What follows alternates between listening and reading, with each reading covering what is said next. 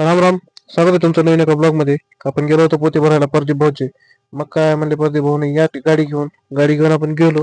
रस्ता खूपच खराब. मग म्हणलं चालायचं, कारण शेतातले रस्ते कसे असंच असतात. आपण कधी गाडी घालत नाही, पण कट्टे थोडेच होते म्हणून गाडी घातलो. मग म्हणलं आता ह्या रस्त्यानं तर काही गाडी जायची नाही, दुसरा रस्ता बघू. गाडी भरायला लावली. आपल्यासोबत आला होता ऋषी.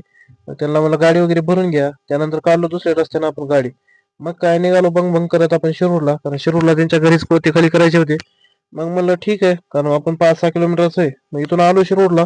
शिरूरला आल्यानंतर लगेच घरापाशी लावली गाडी. मग म्हणलं कसं आहे, ऋषी भाऊ पटवण्या खाली कर, म्हणजे आपल्याला जायला मोकळ होते. आपण उदगीरून एक पार्ट मागला होता ट्रॅक्टरचा, तो पार्ट वगैरे आल्यानंतर मग म्हणलं आता हे कसं आहे, आता ह्याला बसवायला लागते. दिवसभर आपण मेहनत करून त्याला घरीच बसवला.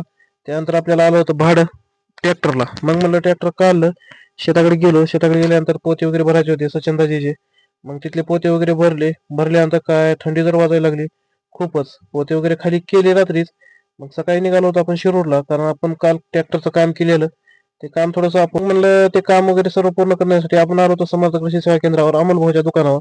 अमोल भाऊ काय 9-9:30 आले. मग म्हणलं तिथून आपल्याला पट्ट्याचा थोडंसं पुढचे तोंड बदलून चालू करायचे होते. कसं आहे हो, धंदा आहे तर धंद्यामध्ये मेंटेनन्स पण खूप आहे. लोकांना फक्त त्याच्या मागचा पैसा दिसतो. 2 दिवसामध्ये ट्रॅक्टरला खूप पैसे गेले. आता शेवटी लक्ष्मी आहे आपली, कमवून पण दिलं सोडा. पण कसं आहे, मेंटेनन्स टायमाला केलं ना काही होत नाही. मग आणला होता डिझेलचा डबा, लावलं रोटर. मग म्हणलं चला ठीक आहे, जेवण वगैरे केलं.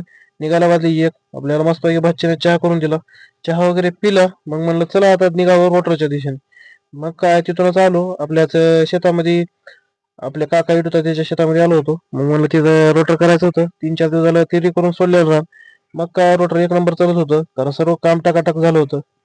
मग तिथलं 1.25 एकर 1.5 एकर रोटर वगैरे पूर्ण केलं. मग म्हणलं आता निघावं तिथून. तिथून जायचं होतं आपल्याला आता गोपाळनानाच्या शेताकडं. मग गोपाळनानाचं पण त्या दिवशीच आपण तेरी केलेली. मग म्हणलं त्यांचं पण करून घ्यावं, म्हणजे कसं आहे एकदाच पेरता येते. कारण पेरणी खूप लांबली हो, कारण रानच हडकणार का आपण तर काय करणार.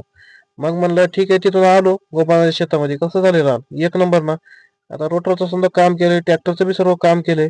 त्यामुळे रोटर तर काय भुंगात चालत होतं. मग म्हणलं चला कसं आहे, आपण दिलेली क्वालिटी हीच आपल्या कामाची पोचपावती असते. कारण आपल्याला कसं आहे, परत परत आपल्याला कस्टमर तेव्हाच बोलवतो जेव्हा आपण त्याला चांगली सर्व्हिस देतो. कस्टमरच आपला कसं आहे म्हणतात ना, ग्राहक देवो भव, तसंच आहे हो. कसं आहे, माणसाचं पाय पाहिजे, ते माणसं आपल्याला पुढे चालून पैसे कमवून देतात. त्याचं व्यवस्थित मेंटेनन्स केल्यामुळं काही अडचण नाही आली आपल्याला दिवसभर. तिथून आपल्याला जायचं शेताकडे, कारण आपण शेतातली केली होती तेरी. म्हणलं ते पण करून घेऊ, कारण लोकांचं काम करता करता घरचं खूप मागे पडतो हो. कसं आहे, प्रत्येक ट्रॅक्टरची ही चालत आहे, आपली तर थोडी जास्तच आहे. मग काय घरचं तेरी केलेलं, रोटर वगैरे केलं. आता बाकीचं रान करायचं होतं उद्या. भेटू लवकरच नवीन एका ब्लॉग मध्ये. आपले व्हिडिओ कसे वाटतात कमेंट करून नक्की सांगा. धन्यवाद.